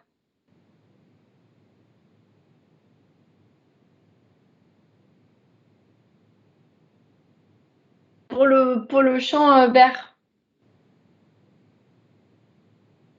Sens horaire ou anti-horaire? Horaire. T'es sûr? Pousse vers toi. Anti-horaire. Pousse vers toi.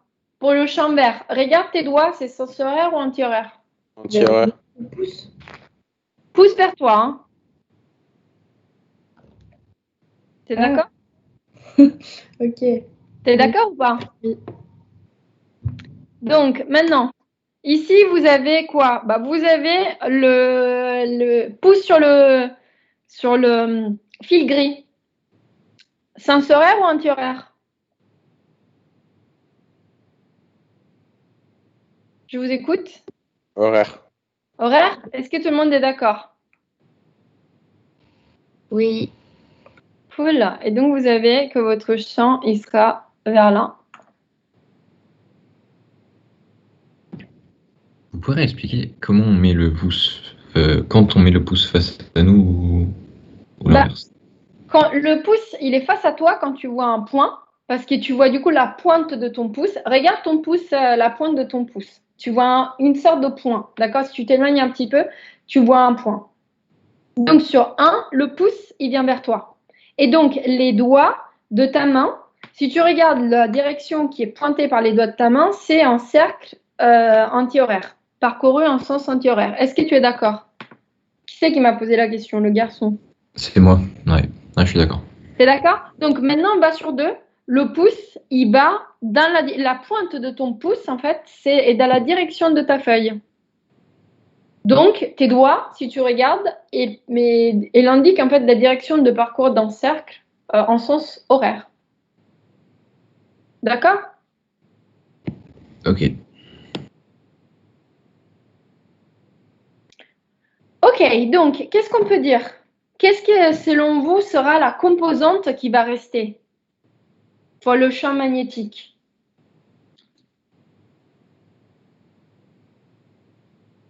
Quelle est la composante qui sera la résultante?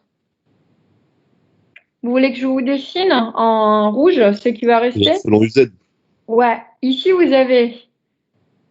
Enfin, je vous dessine les projections, du coup très très mal. Parce que j'essaie de coupler Oui, les deux. madame. Ouais, Je comprends pas. Sur le schéma en 3D, il n'y a pas de courant qui passe par le point M.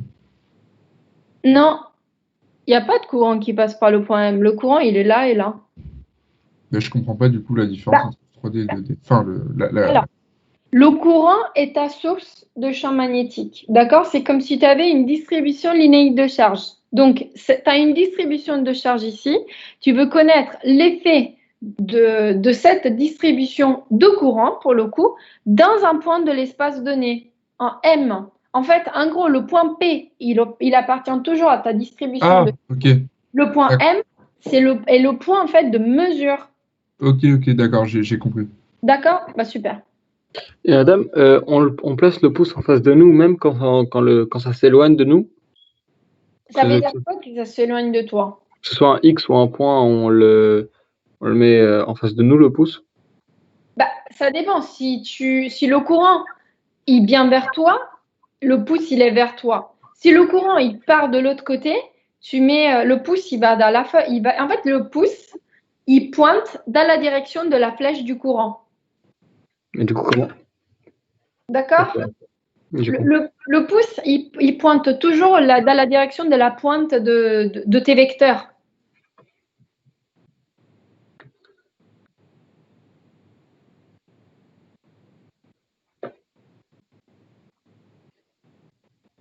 Ça va ou pas?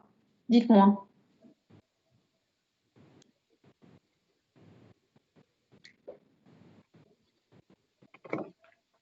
Oui ou non?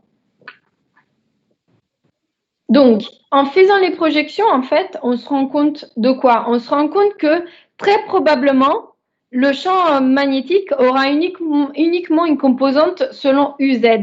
Il y a une façon plus propre, si vous voulez, de déterminer cela. Comment on va faire? Comment on fait pour déterminer proprement si le champ magnétique a plusieurs directions ou une seule direction? Madame, Oui, c'est quoi les flèches rouges du coup en 2D là? en 2D, tu veux que je te fasse le dessin en 2D? Non, c'est juste les flèches rouges sur le schéma 2D. Ah, les flèches rouges, ce sont les projections. Regarde, les deux projections Ah oui. vecteurs. Ok. Je ne savais pas comment les faire. Du coup, attends, si je vais le labeller. Du coup, ici, c'est B1. D'accord? Donc ici, tu as B1, Y et B1Z. Enfin, B1Z, en fait, il est là-dedans. Déjà. J'ai fait le vecteur résultant. Et ici, tu as B2. Donc ça, c'est B2. D'accord? Et donc, tu as B2Y qui est là et B2Z. En réalité, il n'y a pas de flèche. Hein. Il n'y a pas de flèche dessus puisque vous avez des projections. En fait, non, je devrais mettre BY si on laisse les flèches. D'accord? Donc ça, c'est la projection, c'est le vecteur résultant. En fait, c'est un gros pour vous faire dire, vous auriez pu tranquillement vous arrêter ici sans faire les projections. D'accord? Ça, c'est juste pour vous dire que B, tot, selon notre schéma, il est fortement probable qu'il soit selon UZ. D'accord? Mais pour l'instant, c'est pas du tout le but de la question. C'est juste que comme ça, visuellement, ça saute aux yeux. D'accord?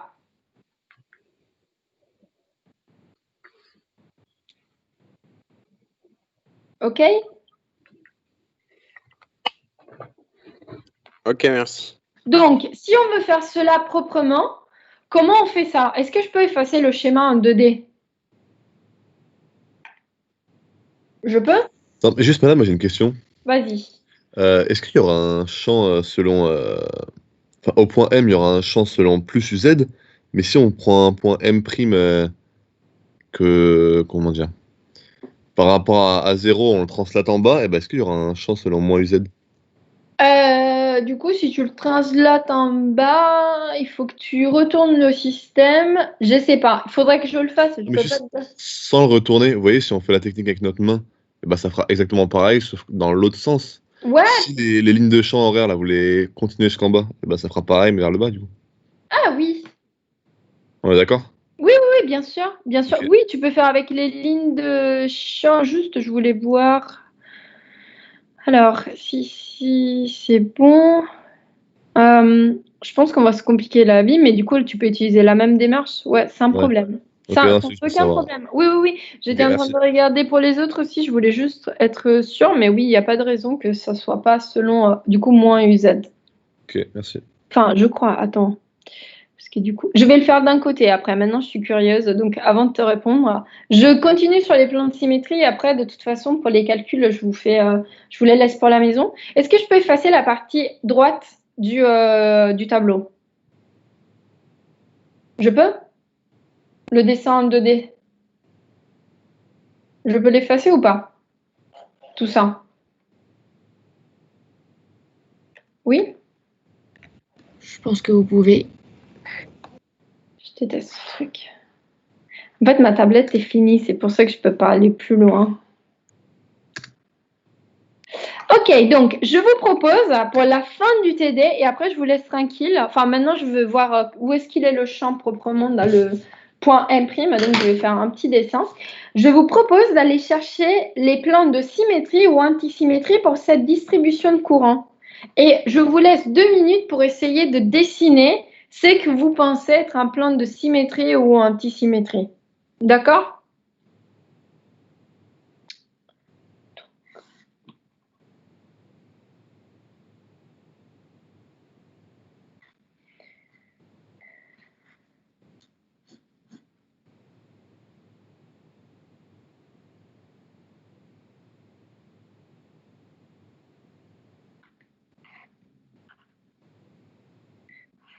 En M', le champ, il est toujours selon UZ, hein, on est d'accord?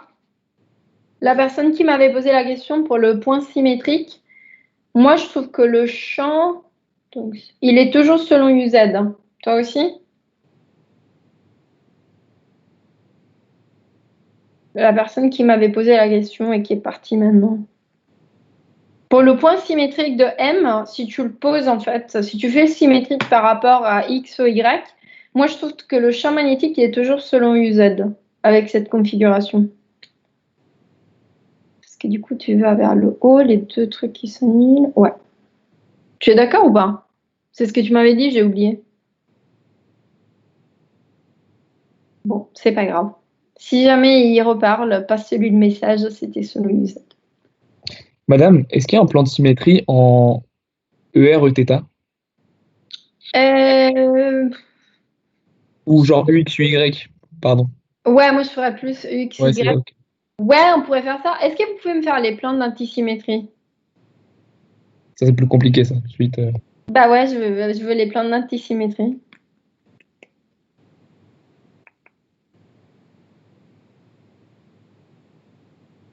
Après, si vous le faites en 2D, vous le voyez vite fait, hein, le système. Allez, je vous aide, d'accord?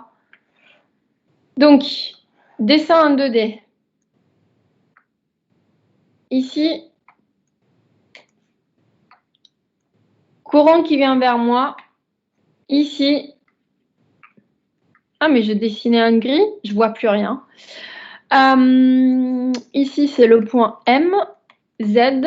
Ici, j'ai X et ici, j'ai Y. Je vous aide. Est-ce que le plan M, UX, UZ, que je vais vous dessiner en bleu, est un plan de symétrie ou de symétrie ou antisymétrie? Ce plan-là.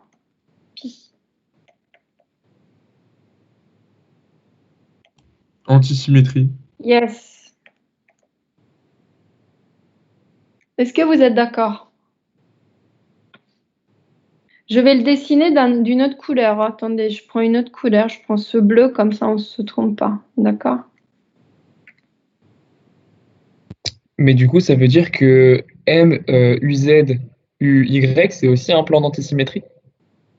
J'arrive. Juste, laisse-moi dessiner ça et je réponds à ta question. Donc, celui-ci, c'est un plan d'antisymétrie. Est-ce que vous êtes d'accord? Le courant, il n'a pas les mêmes directions d'un côté et de l'autre. Donc, ça, c'est pi prime M, UX, UZ. Est-ce que vous êtes d'accord? Si maintenant je veux le dessiner en fait sur mon dessin, j'aurai ça. Hein. J'aurai M, UX, UZ. Donc il est pas sympa M. Il vient là. Il vient ici.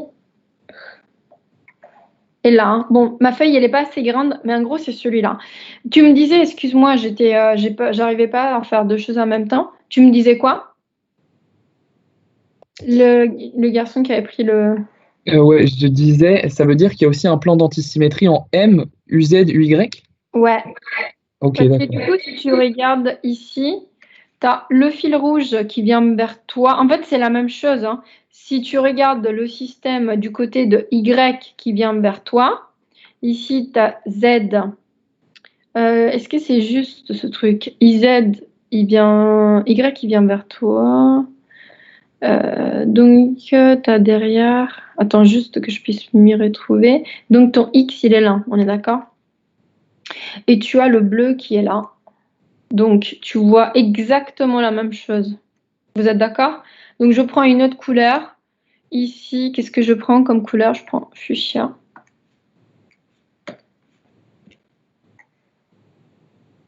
Et donc, j'ai un autre plan de antisymétrie. Antisymétrie parce que le courant, de côté et d'autre, il n'a pas la même direction. UY et UZ. D'accord? Donc, ça, c'est un plan d'antisymétrie. Et donc, ça veut dire quoi? Regardez quel est le vecteur. Je vous l'écris ici en haut, comme ça, je vous dessine d'abord le plan. J'avais pris quoi comme couleur? J'avais pris ça. Donc, je vous dessine le plan. Le plan, ce sera celui-ci.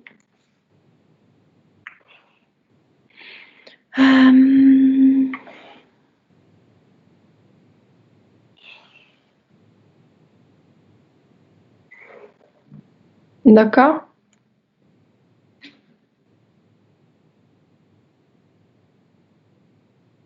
Et donc, ça veut dire quoi? Ça veut dire que B, comme c'est un plan d'antisymétrie, donc BM appartient à l'intersection des deux plans. Donc, BM, il sera parallèle à UZ. D'accord? Ça va, ça ou pas?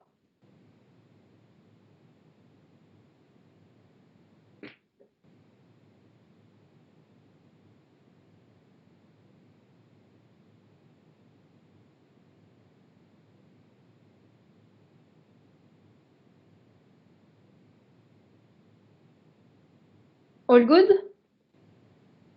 Donc ici, comme vous avez le champ magnétique et le champ magnétique est un pseudo-vecteur, au lieu de considérer les plans de symétrie, l'intersection des plans de symétrie, vous considérez l'intersection des plans de antisymétrie. D'accord?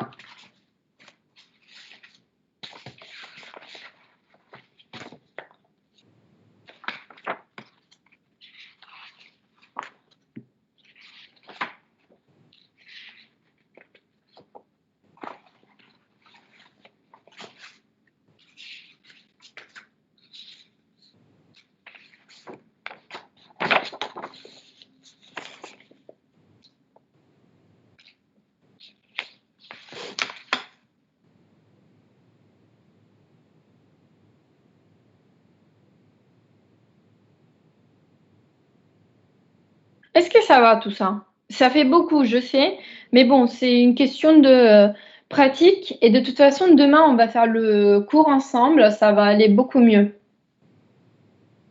D'accord? Est-ce que vous avez des questions? Madame, les plans que vous avez faits sur le schéma, là, c'est les plans d'antisymétrie, on est d'accord? Ouais, Ok, merci. c'est des pi primes. Regarde, pi prime 2. Donc, c'est un plan d'antisymétrie. Excusez-moi, madame, mais dans l'exercice 4, là, on a fait quelle question, du coup? Dans l'exercice 4, on a fait les questions 5 et on a fait les questions 6. 5, c'était le schéma tout à l'heure. Et 6, schéma avec déjà projection en fait, des composantes. Et 6, c'était plan d'antisymétrie. D'accord, la 7, on l'a pas fait. Hein. Non, Ok. on la fera la semaine prochaine. D'accord. D'ailleurs, vous pouvez vous essayer. Je pense qu'on peut s'arrêter ici. En fait, il y a une. Après, je peux la faire si vous voulez. Hein. Dites-moi qu'est-ce que vous préférez. Vous voulez qu'on la fasse? Ou vous voulez essayer par vous-même de trouver le champ résultant? Non, moi, je sais pas faire. Tu sais pas faire. Mais si tu sais faire, je vous ai déjà donné les projections. Allez, on l'a fait, d'accord? Vous êtes prêts? Dites-moi si je peux changer de feuille. C'est bon, madame. Cool. Alors, qu'est-ce qu'on a vu par rapport aux projections? On a vu que BM est égal à 4 B1. Projection selon UZ. D'accord? C'est ce qu'on a vu. On a vu que de toute façon, il va nous rester uniquement une composante. Est-ce que vous êtes d'accord? Donc, si je prends... Vous êtes d'accord avec moi ou pas? On a vu que finalement, on va projeter uniquement en fait la composante selon UZ. Donc, je prends un fil. Vous coupez votre schéma en deux, d'accord? De toute façon, il suffira de multiplier B1 par 4. J'ai ici mon fil qui est parcouru par un courant I.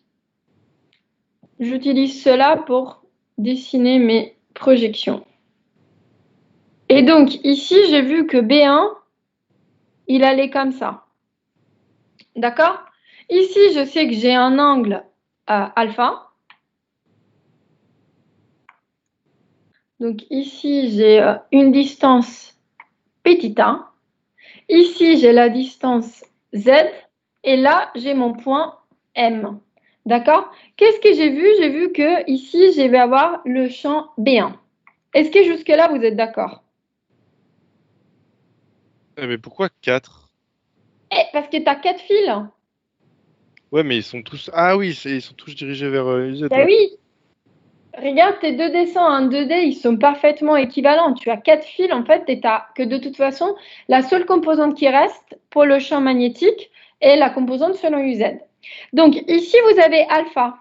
Par contre, ici, on a besoin, en fait, de connaître alpha prime. Comment on fait pour connaître alpha prime? Qu'est-ce qu'on va utiliser comme propriété? Donc, on sait que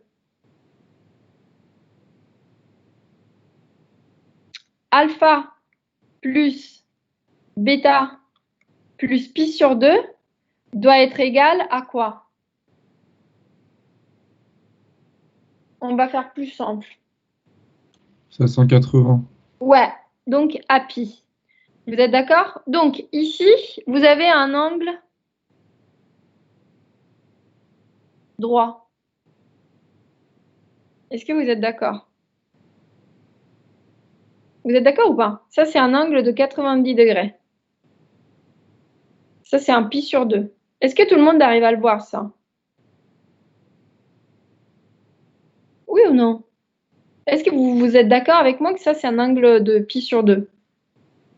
Oui. Donc, vous avez, regardez, ici, on a 180 degrés.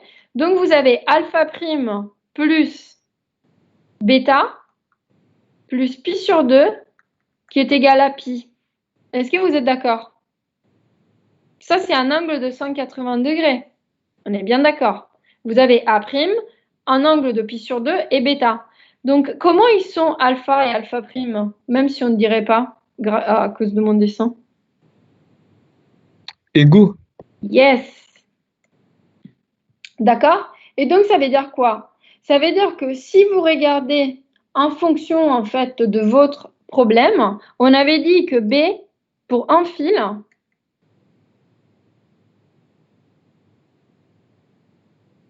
je vous l'écris différemment. Donc, pour un fil,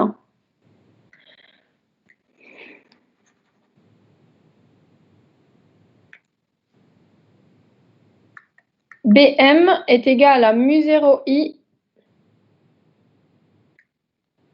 sur 2pi petit r uθ. D'accord? Petit r, dans notre cas, c'est-à-dire la distance, cette distance-là est égale à quoi? Elle est égale à la racine carrée de a carré plus z carré. Est-ce que vous êtes d'accord? Donc, ça veut dire que B1, je l'écris ici, sera égal en fait à, en module, pour l'instant on ne s'intéresse qu'au module, à mu0i sur 2pi racine carrée de a carré plus z carré.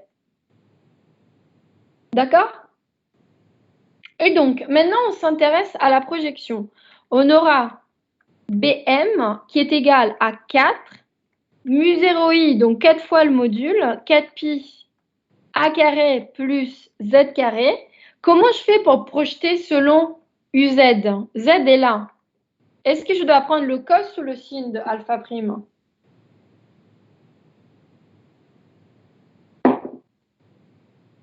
C'est cos ou sin? Le cos. Yes. Donc, cos de alpha prime UZ.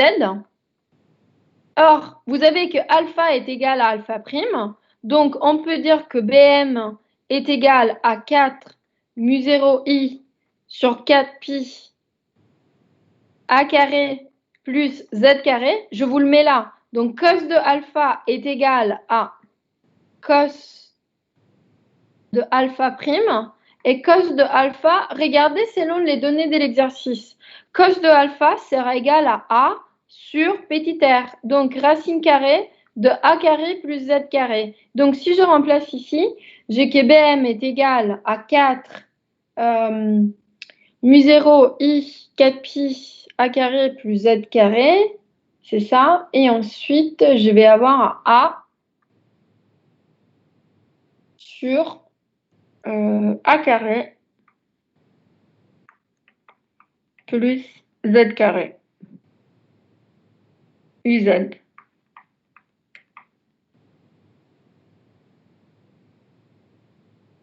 Et ici, j'ai un 2pi, hein, pardon. J'ai transformé un 4 en 2 en 4. C'est bien un 2, c'est mieux, ça va, c'est pas la charge ponctuelle.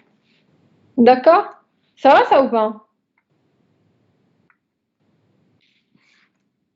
Et donc, ça vous fait ici... Madame, oui. cos de alpha, c'est θ ou A sur... C'est A. Ah, c'est A. Ok. Bah, c'est A, regarde, c'est ça.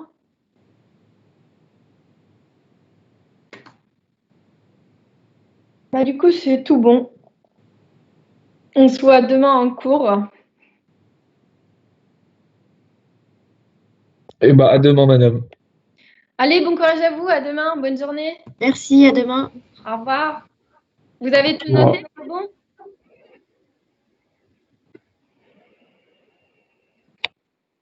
Au revoir, à demain, madame. À demain. Au revoir, bonne journée.